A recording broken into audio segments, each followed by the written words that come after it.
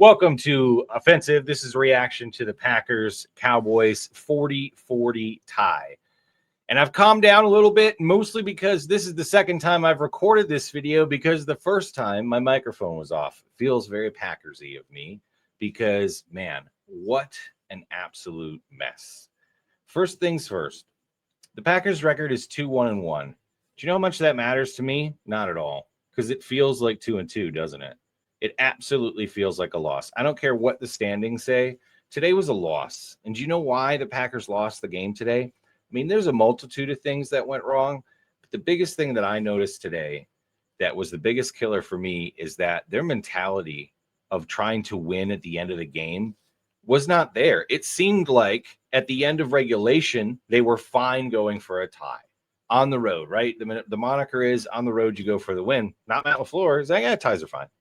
And then at the end of the game, we hold them to a field goal. Good play by Parsons. The only time he showed up all game, which was part of Dallas's strategy. I get it. We'll get into more of that later. But did it feel like they were desperate to get that touchdown? Did it feel like they wanted to go for the win? It seemed like Love wanted to. He wanted to get the play in. He wanted to go for it. Yeah, he made a bad choice to throw it out to the sideline. LaFleur called a terrible screen pass to Golden before that. Like, what are we doing? Why aren't we attacking down the field? Attack down the field and go for the touchdown. A tie is not acceptable. You go for the win in this league. I don't care that you had to come back and kick the field goal because you know what? I feel no different.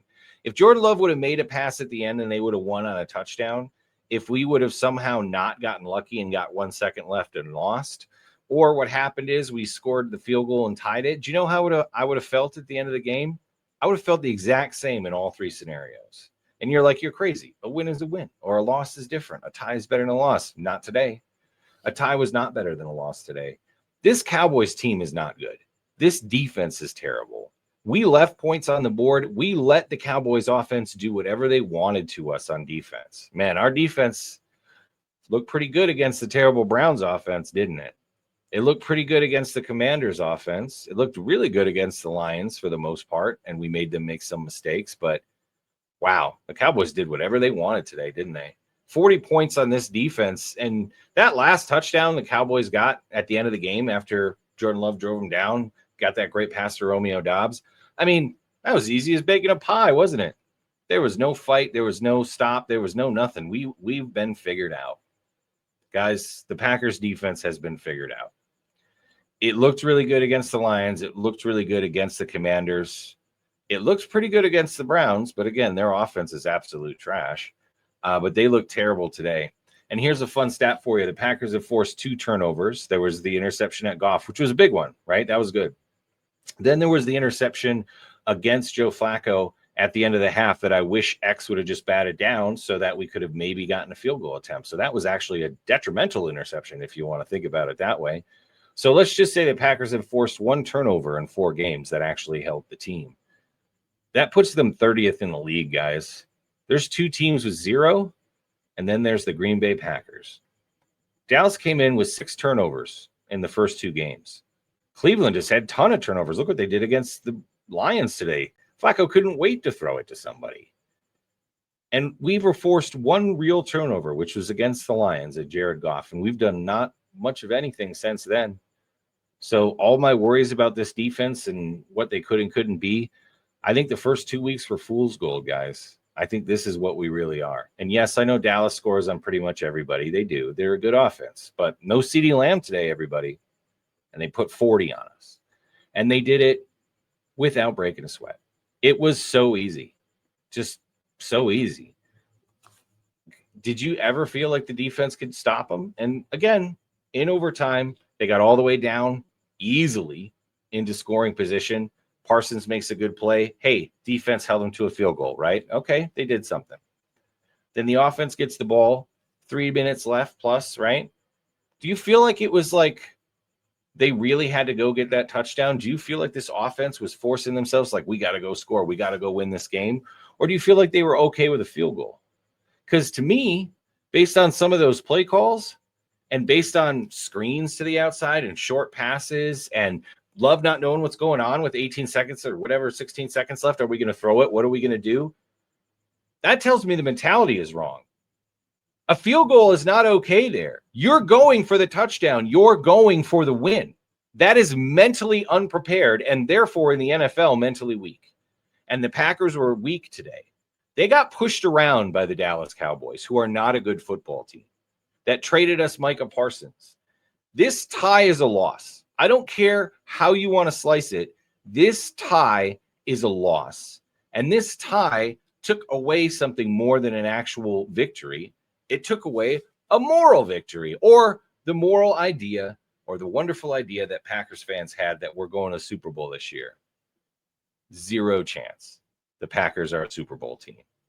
You do not go on the road back-to-back weeks and have these kind of errors, these kind of mental mistakes, and these kind of lackadaisical unawareness things going on when you should be winning both of these football games. The Packers should be 4-0 right now. There is no excuse for them being 2-1 and 1. A freaking tie. Okay, don't even get me started how ties in football are an absolute aberration, okay? And horrible and stupid, and they should never happen. Dude, I'm okay with a field goal kicker contest. I don't care if the trainers have an arm wrestling match. Like, I hate ties. I hate them in soccer or football in Europe and the rest of the world. I hate them in hockey. I really hate them in baseball, which I don't know if there's ever been one other than like a rain delay, right?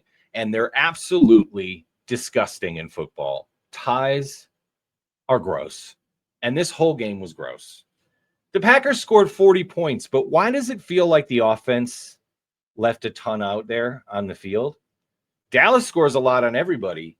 They scored 40 points, but why does it feel like the defense wasn't even there? Oh, and let's talk about the glorious special teams of these Green Bay Packers. Extra point blocked and returned for 2 points, a 3-point swing. So now we got to worry about extra points the rest of the year. Thanks for that. And Brandon Aubrey on these kickoffs, getting this perfect bounce so it goes into the end zone. So we start on the 20 that he did 3 times. Nice adjustment. Oh, there was no adjustment. Nice adjustment, special teams. Special teams of the Green Bay Packers are once again an embarrassment and probably one of the worst in the NFL, if not the worst in the NFL. Thankfully, McManus is a competent kicker. And yes, the block against the Browns, you could maybe say was a little his fault. It was a little low, but again, it was a long kick. This guy's a proven field goal kicker. I think he went 98 straight extra points without missing. Can't say if he's had one blocked or not. They didn't say that, but yeah, extra point blocked. So good job, special teams, giving them that 3 points. And you think in a 40-point game, it's not a big deal. The Packers were rolling them. It should have been 14-0. Special teams comes out, makes an embarrassment of themselves again, and all of a sudden it's an 11-point game, 13-2.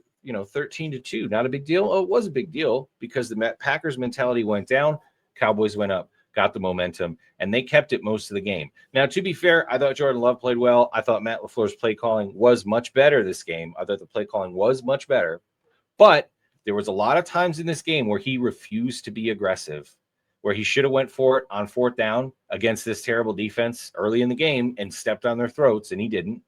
Where he should have went for the win, absolutely, without question at the end of the game and said, hell with field goals, okay? And even the last drive of regulation, I realized there wasn't a lot of time on the clock, but it kind of felt like we were settling for a field goal, right? Like we didn't want to get a touchdown, like a field goal was just enough.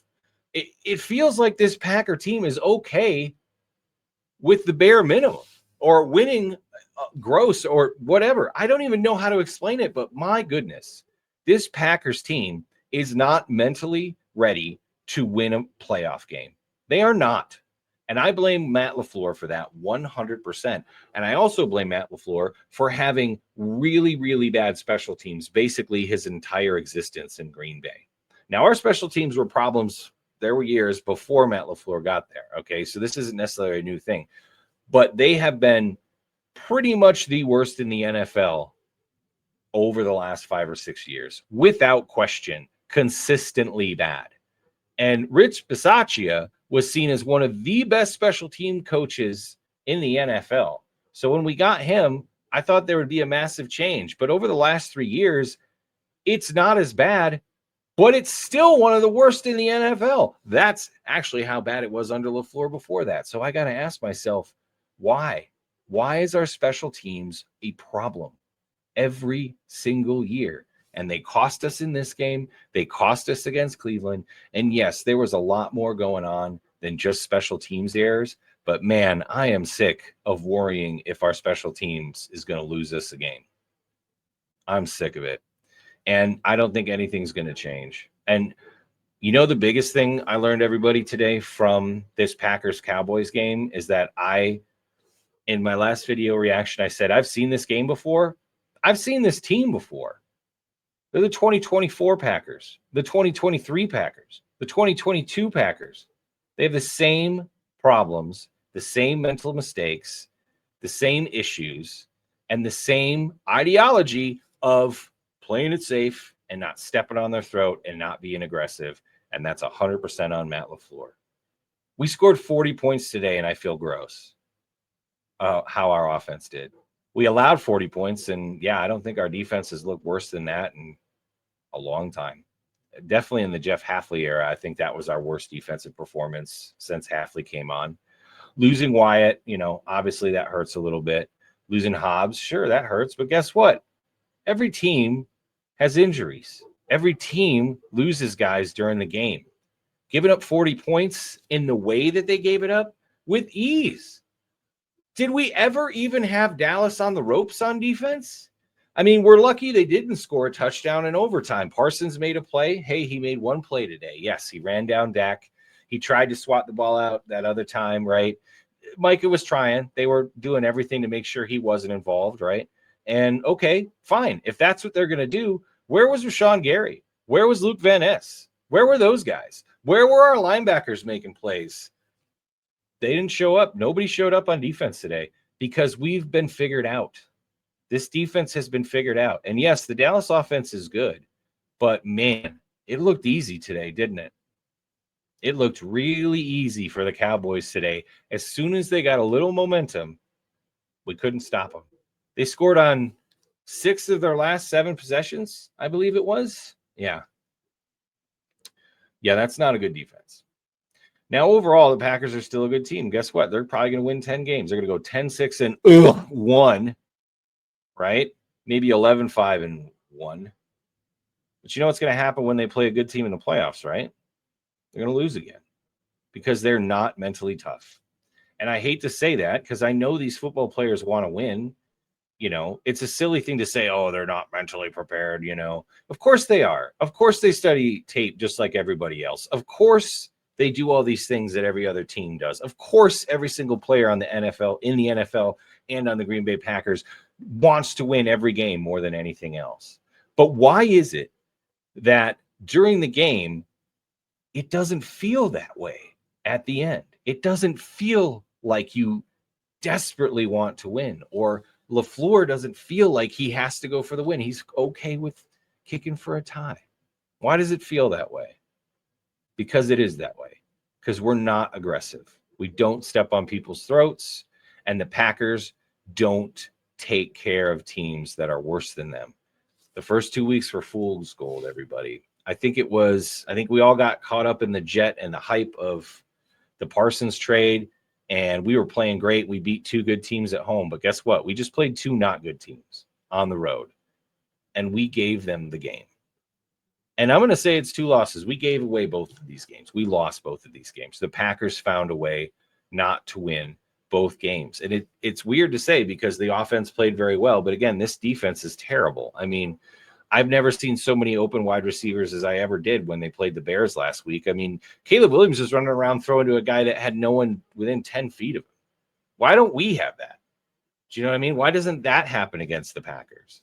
Maybe it's scheme. Maybe it's play calling, or maybe it's because every single team knows that the Packers aren't that aggressive and they've got nothing to worry about, even though the Packers are very good, even though Jordan Love is very good, even though Josh Jacobs was excellent today. Matthew Golden made some plays, though. Matthew Golden, when you're getting a end around or a quick pass to the outside, this is not college football. Do not turn around and try to run around on the other side. This is the NFL.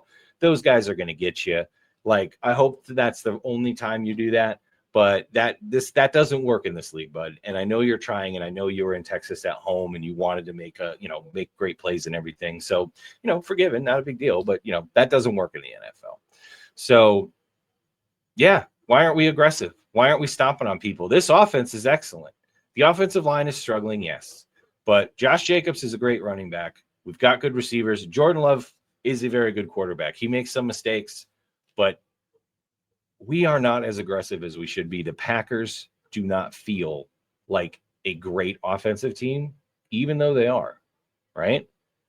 So the thing I had to say about today is I don't care that it ended 40-40. I don't care if we would have lost. I don't care if we would have won.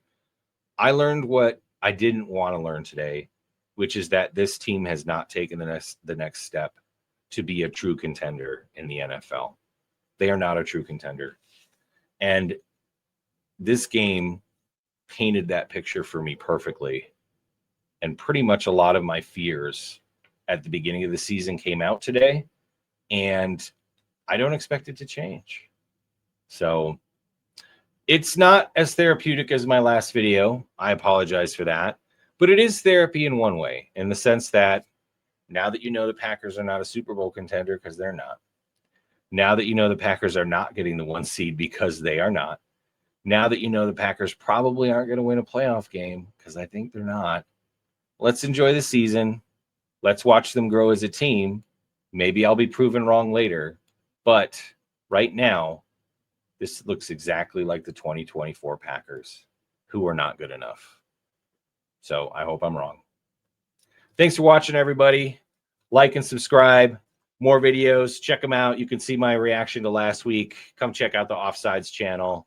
Talking football every week. Bears fans, Packers fans, Bear fans, excuse me. We appreciate all the views, any love, any comments. We'd love them all. Thank you so much for showing up today. And be aggressive.